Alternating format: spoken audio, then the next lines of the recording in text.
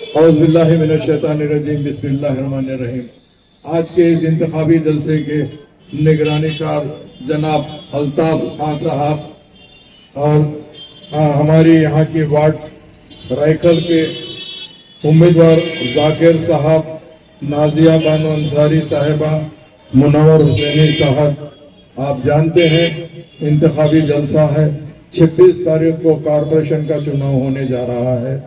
مجلس کا نشان پتنگ ہے، پتنگ کو آپ کو ووٹ دینا ہے اور اپنے امیدوار کو جتانا ہے، کیونکہ آپ جانتے ہیں کیونکہ الطاف بھائی بولنے کے بعد اگر میں بول رہا ہوں تو میری تو کوئی اوقات ہی نہیں ہے، کیونکہ یہاں پر الطاف بھائی کا جو مقام ہے وہ مقام اللہ سبحانہ وتعالیٰ بہت کم لوگ کو دیتا ہے۔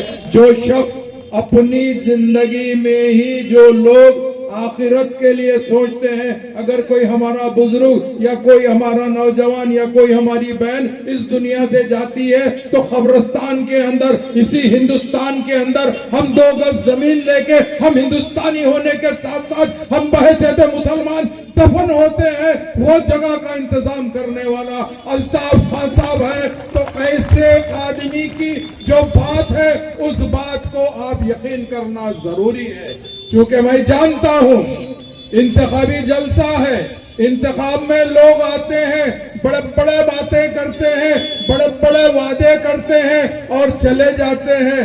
میں نے دیکھا یہاں پر ہمارے منور بھائی کو دیکھا ہے، اللہ کے فضل و کرم سے بڑا ہی جذبہ رکھتے ہیں، پیشے سے رکشہ چلاتے ہیں، لوگوں کی خدمت کرنے کی ان کو جنون اور خواہش ہے۔ وہ اتنے زمانے سے ایک ایسی پارٹی میں تھے، انہوں نے یہ دیکھا کہ کوئی ایسی پارٹی ہندوستان میں نہیں ہے جو مسلمانوں کو کھل کے بولنے کی اجازت دیتی ہے، وہ ایک ہی پارٹی ہے، وہ مجلس اتحاد المسلمین ہے۔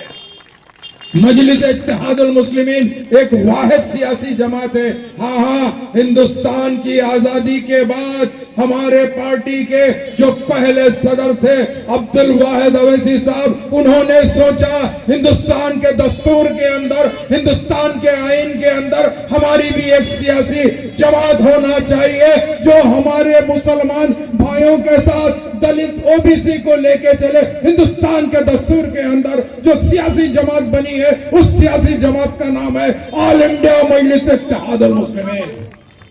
ہم کو شک کرتے ہیں، یہ کانگریسیاں بولتے ہیں کہ بھائی مجلس آ جائے گی تو بھاجپا جیت جائیں گی۔ میں ان کانگریسیوں سے پوچھنا چاہتا ہوں، آپ نے کیسے بھاجپا کو یہاں سے جیتنے دیا؟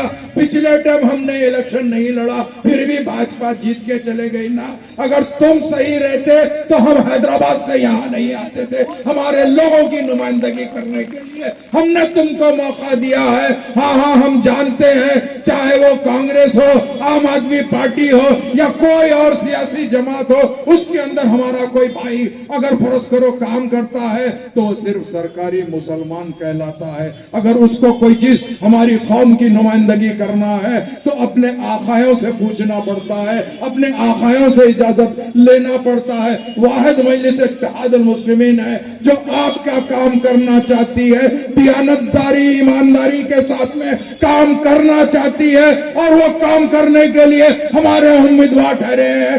آپ کو ابھی الطاف صاحب نے بتایا اگر یہ لوگ کام نہیں کریں گے تو گریبان پکڑ کر پوچھیں گے۔ ہاں میں اللہ کے رسول کو حاضر اور ناظر جان کے کہتا ہوں، یہ شخص میں وہ کیپیسٹی ہے، یہ شخص جانتا ہے کام کیسے لیا جائے۔ ارے یہاں پر مسائل تو بہت ٹھہرے ہیں، مسائل آج رہیں گے کل نہیں رہیں گے، یا ہوئیں گے یا نہیں ہوئیں گے، مگر ہم کو ہماری شریعت بچانے کا اگر حق ہے تو آج آپ کو یہاں سے گلی سے لے کے دلی کے چناؤ تک بھی آپ کو لڑنا ہے اور وہاں پہ جا کے کہنا ہے کہ ہمارے کو ہماری شریعت بچانے کا وقت آ گیا ہے، ہم کو شریعت بچانا ہے کیونکہ وقت نہیں ہے۔